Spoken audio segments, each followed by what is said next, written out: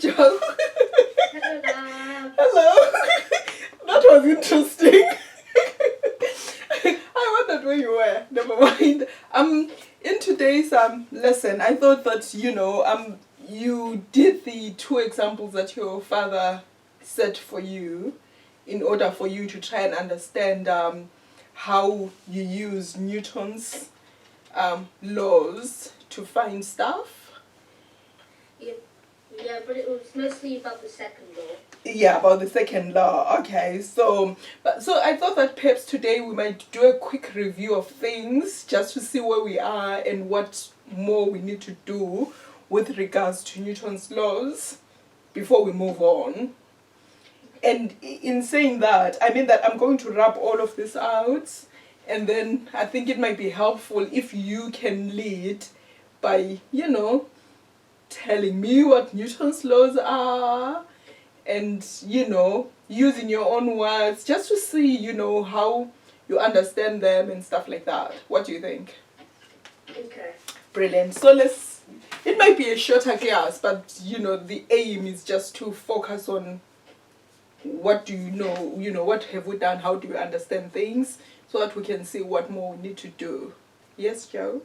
Basically kind of like an evaluation. Yeah, a review sort of. A review. Yeah.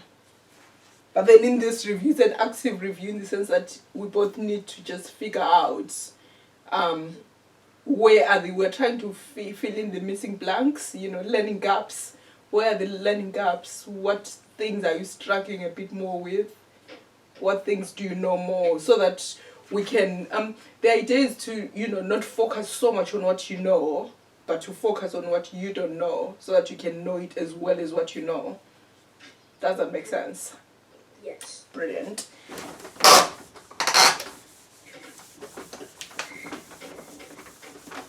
Did you enjoy using mathematics to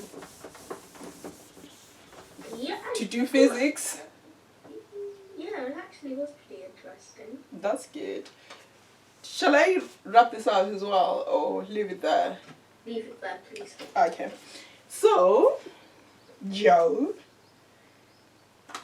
Yes, Yeah, if we were to take Newton's first law of motion, what do you understand about it? I understand that an object, let's say a pencil, will stay still unless an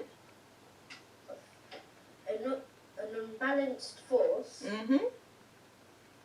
either makes it move, makes it slow down, go faster, or change direction. Ooh. So, if you say that again, please, so that I can write it down. An object, a pencil, or any object, yeah, will stay still or remain in the, let's say will stay still unless a force either makes it move. If it's already moving, make it move faster, slower, or make it change direction. Did you say unless it makes it, number one, move slower or faster? Ooh. And what else? Or make it change direction. Or make it stop. Of course, that's if it's already moving. Yeah.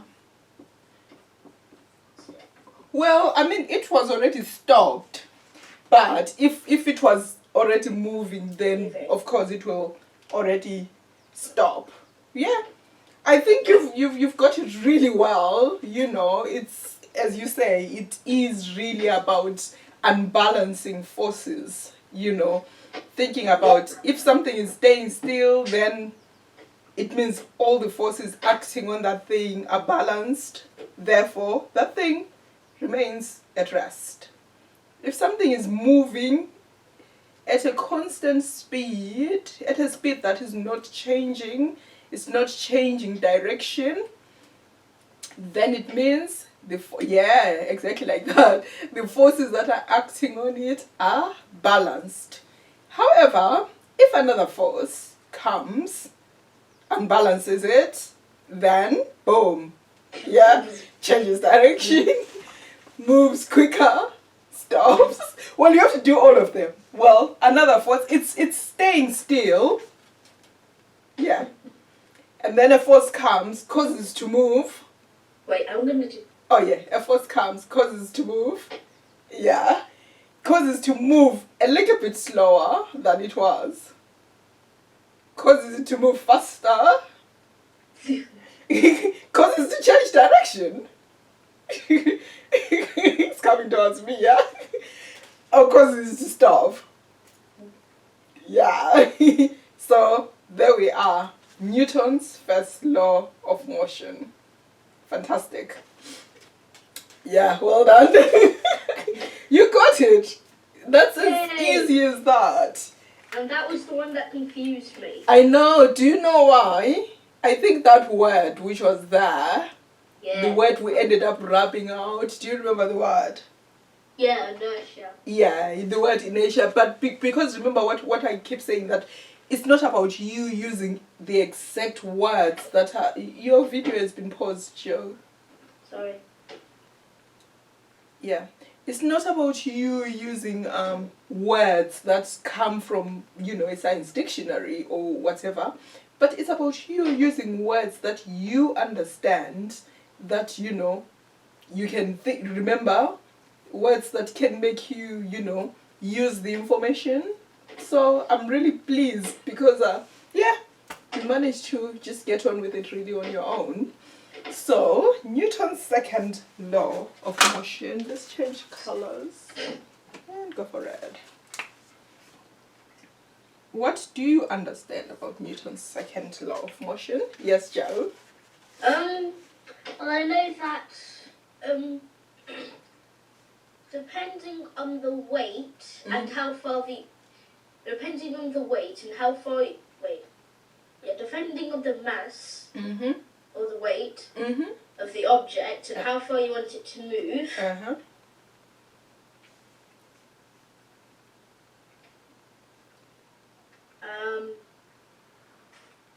I already know how to put it in like formula. Oh, okay. Put it in the formula then. So let's say that you have an object that weighs, I'm just gonna say a chair. Mm-hmm. A chair that weighs 25 kilograms. Uh-huh. Yeah, it's a heavy chair. It is a heavy chair indeed, yes. And then you want it to move 2 meters. I'm just gonna say 2 meters per minute. Okay, not per second, per second. Not per second, because you would have to move it very fast, and that speed is through. Okay, but acceleration, the thing for acceleration is per second. So you do 2 seconds. Per second. Okay, Yeah. Yeah, I'm gonna say 2 meters per second times 60. Okay, yeah. Oh, per second squared. Do you ever heard the word squared? Yes. Okay, yeah, per second squared. Oh, it doesn't matter. Don't use the units. Just say you want it to move 2 meters, because sometimes using units gets a bit complicated. Yeah, so let's just say. Okay, so yeah. So the chair weighs 25 kilograms. Yeah. And then you want it to move 2 meters. Yeah. You will do 25. Yeah. Times 2. Yeah. And that is 50. Mm-hmm. So that would mean the force you would need to apply is 50 newtons. Okay, yeah.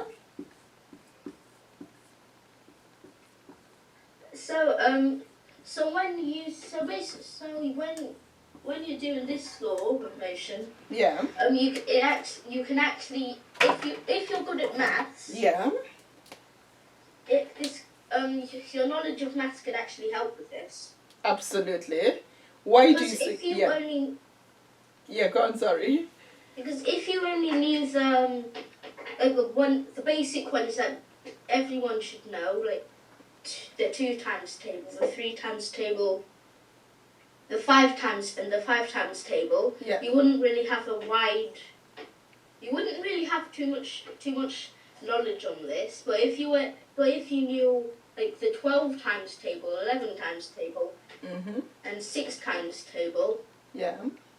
you would be able to learn a lot more Yes. than if you only knew 3 or 4. Okay, yeah. I'm absolutely pleased that you do realize that that Newton's laws and mathematics are actually linked, that the formulas used are in fact maths. Yeah. So then, do you remember how to then write down the formula? Yes. How do you write it? What's the formula? Um. I'm going to use a different pen because I don't like that pen. It's a bit dry. Yeah. Wait, do you want me to say it in the Say it in any way you like. Okay, so it can be force Yeah. equals mass or weight Yeah. times acceleration. Yes. Brilliant. It could also be Newton N for newtons Yeah. instead of force. Yeah. And instead of mass, it can be weight. Yeah. So there actually are Ways of remembering it. Yeah. There are simpler ways. You can simplify it. Okay. So so is this simplified enough for you to just remember Yeah, it? it's simplified enough for me, but there is.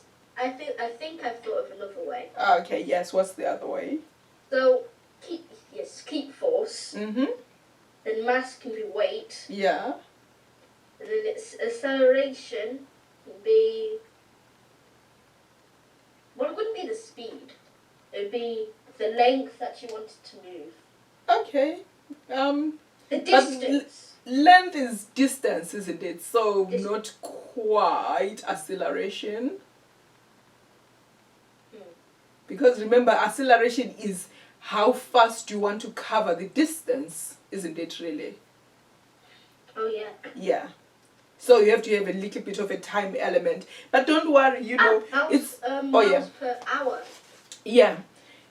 Yes, of course you can actually calculate it in hours as well. You can say, meters per hour, whatever. It's sort of Just has to have time. yeah, it's time dependent. It has to have time. However, you remember this on your own, so that shows that actually you do understand this, and you've even used the formula already.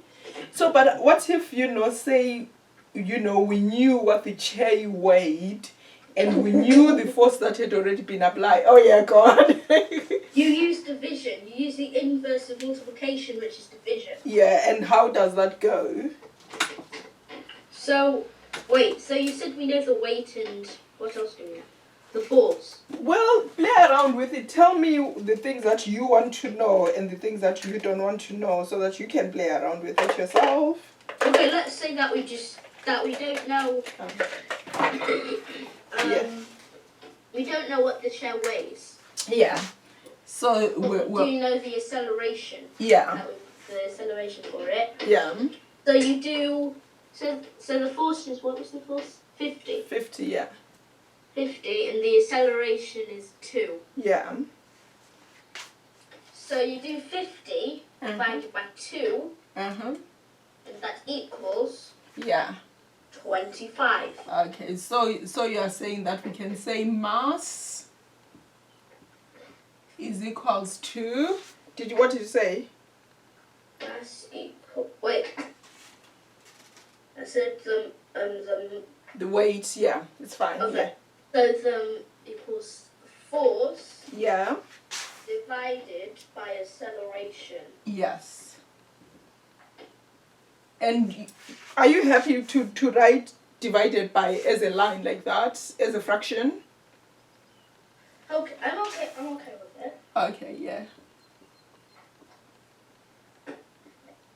And what? I'm also learning new different ways to represent division. Oh yeah. That's good. So I'm also learning maths at the same time. I know. However, say if we wanted to know how much something weighs, then what do we do? We just wait. Didn't we just do that? No, we've done. Oh yes, sorry, yeah. Oh, sorry, yeah. With the acceleration.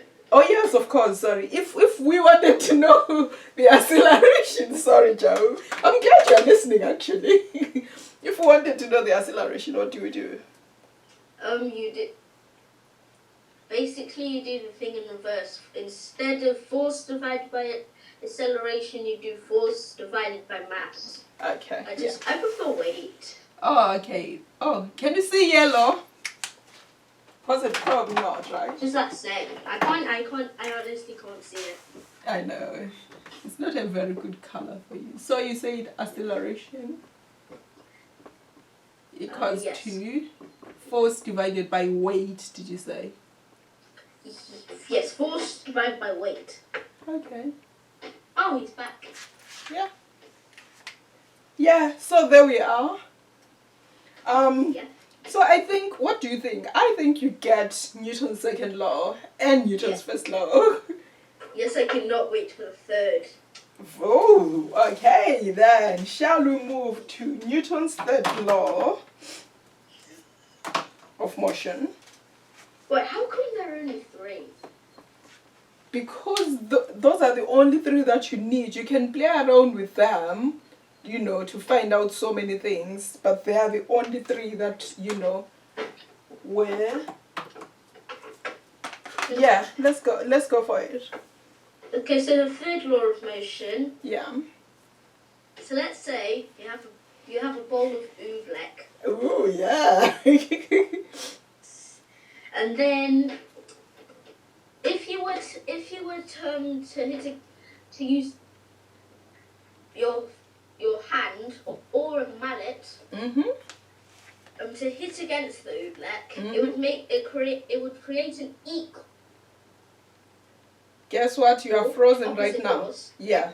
It will create an equal but opposite force. Yes.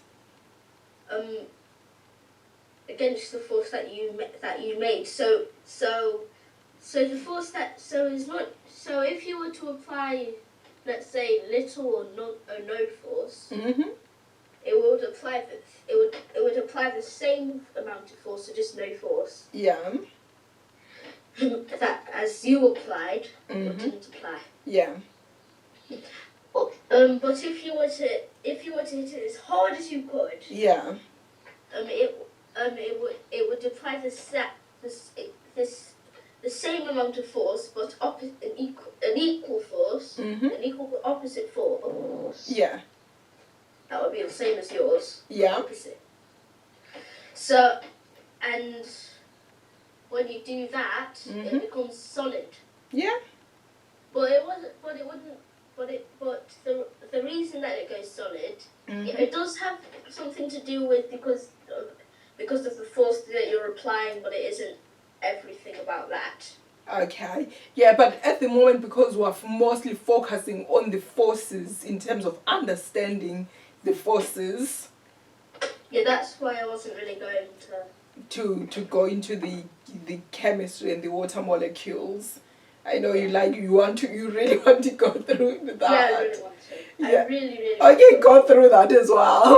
Okay, so now we are going a bit into chemistry. Yes. When you apply force against the oobleck, the cornflower particles, they just crush together. Yes. Trapping water molecules inside. Yes. And since the water molecules are trapped and they have no way to actually move, Mm-hmm. the object will become a semi-solid. Yeah. Well done. So that's a bit of chemistry there. So if you were to just tell me about Newton's third law of motion without talking about the oobleck, what would you say?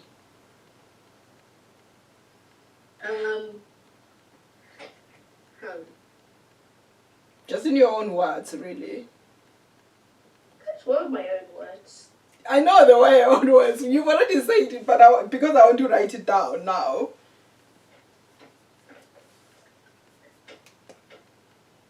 It's because the easiest way that I can actually explain it is with oobleck. Ah, okay. So, then start again with using the oobleck as well. But I won't write about the oobleck. Okay, so if you were to apply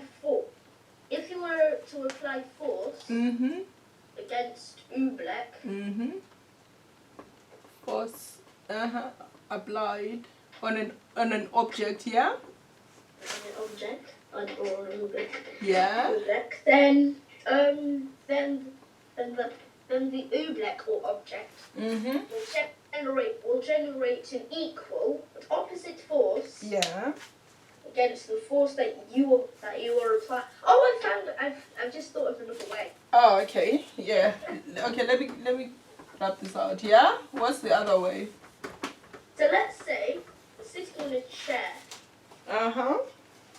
When you're sitting on the chair, Yeah. you're applying the force against the chair. Yeah. And then the chair is also applying an equal but opposite force. Yeah. Against the force that you're doing. So it would be like this. So one would be going upwards, one would be going up, one would be going down, pushing against each other.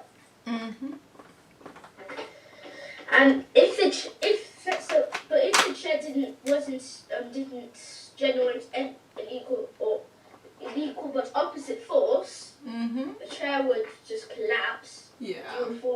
You would fall to the floor as well.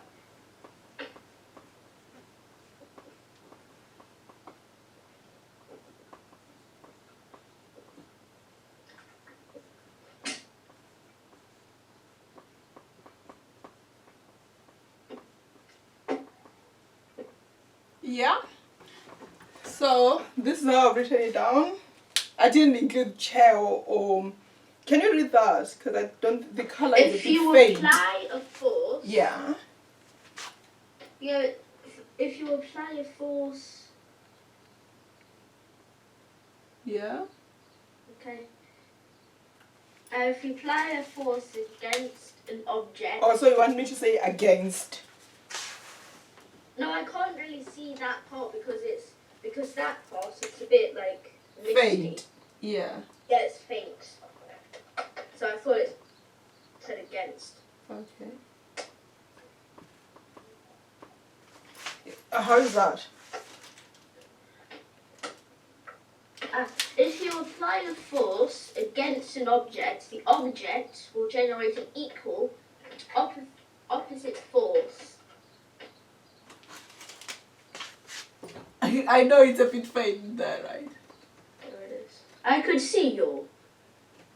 Oh, okay. But then it's D. Oh, that's a D. Oh, do you like the word against, right? Because you use against, an equal but opposite force. Let me Against you. Okay. I really like the word against. You do, because I was writing on, but you were saying against.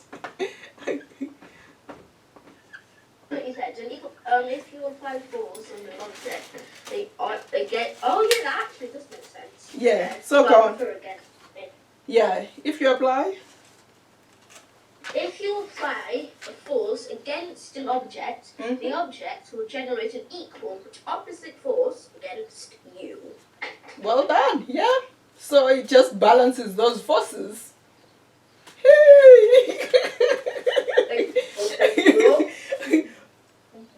That's really good. Well done. So I think, it's fair to say you understand Newton's laws of motion. You get them. You are able to. You've been able. You were able to tell me about them using your own words. You were able to use examples. You were able to also do the calculations that are required and actually tell me how I can use this formula to find other unknowns within the formula. Yes, Joe. Does that mean I can have a minor in Newton's law of motion? I made that up. When you say a minor, what do you mean? A minor degree? It's like a major. Okay. But it's for kids. Well, I think you like American systems, right? Oh, and that's American. Americans are the ones who say, "Oh, I'm majoring and I'm minoring in this." No, I've honestly seen it on a British show. Oh, have you? Okay, perhaps you could then have a minor in that. But a minor actually means that if you're studying something as a larger component, say if you're studying physics and minoring in Newton, so it means that that is a component of the larger thing that you're studying. Does that make sense? Yes. Yeah. So I thought I made that up, but it's actually a real thing. Well, you said you've had it from a British show. Yeah. So it is, yeah. So really, we do remember that object, a force, is a pull or a push, and objects cannot move or slow down or change direction without force. Gravity is a force that pulls objects and people towards the ground. Yeah. And then we then go on. I still remember when I said that that gravity will apply a force that will actually allow you to jump, and then it turns out that I was starting to talk about the third law. Yes. You remember? Yeah, when we started learning about Newton's laws of motion. Yeah. You were talking. We haven't even learned about the second law. I know. I was already talking about the third. I know. But do you remember as well when I was saying to you, let's learn the laws, then you'll see how they apply. So now I'm so glad that you are the one who's going back and saying, actually, I can see how these laws apply to everyday real life. Yeah. Yeah. So that's really helpful. There are other forces which I'm sure you are aware of. Yes, Joe. Friction. Yeah. Upthrust. Yeah. The one that allows objects to float. Hang on, And sorry. air resistance. Those Yeah. are the ones I know. Which one? Hang on, sorry. Upthrust. So, but you initially said friction, did you not? Yeah, I said friction. Yeah. Uh-huh. And then I said upthrust. Yeah. Uh-huh. And air resistance. Uh-huh. Air So if you've got air resistance, what else do you think you could have? It's okay if Wait, what's the opposite? Something opposite, the opposite of air resistance. No. Okay, let me put it this way. So things can move through the air. Yeah. What other, where else can things move through? What other substance can things move through? Liquid. Yeah, so liquid, normal water liquid. resistant. Well done. Because I was going to say things cannot move through. Huh? It's because it's school. Yeah. Upthrust and water resistance. It was at the same station because it was kind of like the same thing. Ah, right. Okay. But does water resistance have something to do with floating? Buoyancy, yeah, that's floating. If you can float, but water resistance. Oh yeah, go on. Upthrust also has something to do with floating. I already know what. Okay, yeah, go on. I know what upthrust is. Okay, yeah. And upthrust is so you have an object. Mhm. And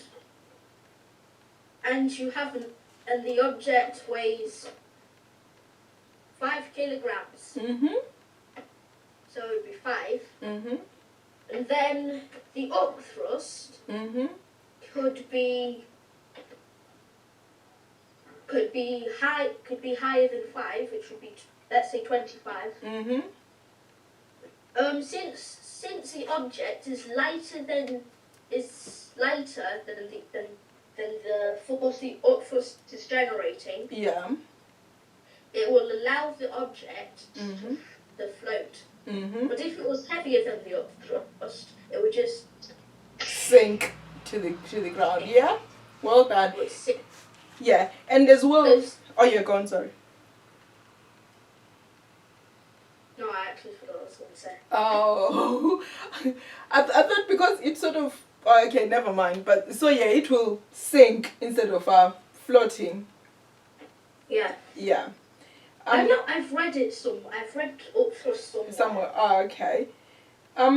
Because I was going to say, do you realize as well that with these forces you are applying Newton's laws as well, or do you not? Yeah. Oh, had you not realized that? I realised it for a few of them, but Yeah.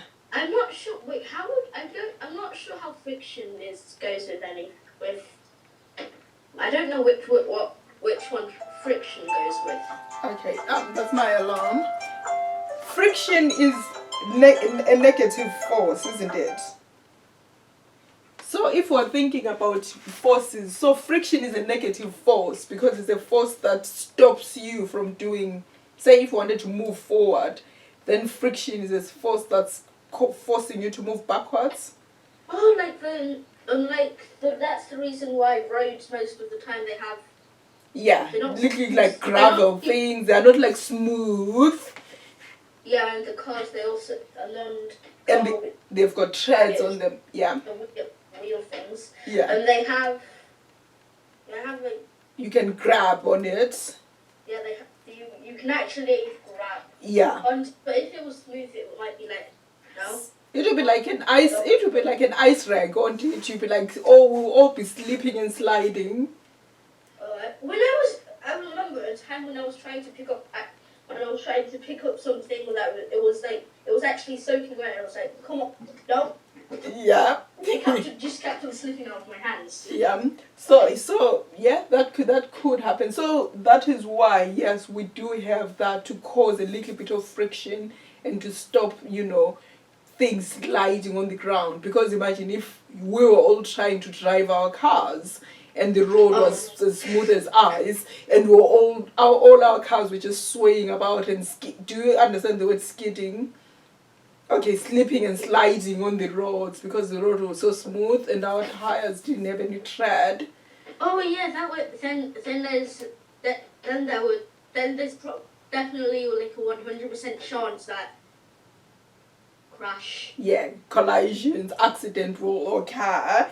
So we'll be having Newton's third law of motion all the time because objects will be applying forces against each other. Yes, I get it. Yeah. Because but that would be an incredible amount of force. Because let's say the force was enough to generate like an explosion. That would actually have to be a massive force. A Yeah. massive amount of force. Yeah, absolutely. So we'll leave it here because in today's lesson, we went through the Newton's laws and we checked our understanding, and we are confident that you understand Newton's laws of motion. You are able to apply them. You are able to think about things in terms of Newton's laws of motion and in terms of forces and how unbalancing forces. So now we need to think about the negative forces that are doing the opposite of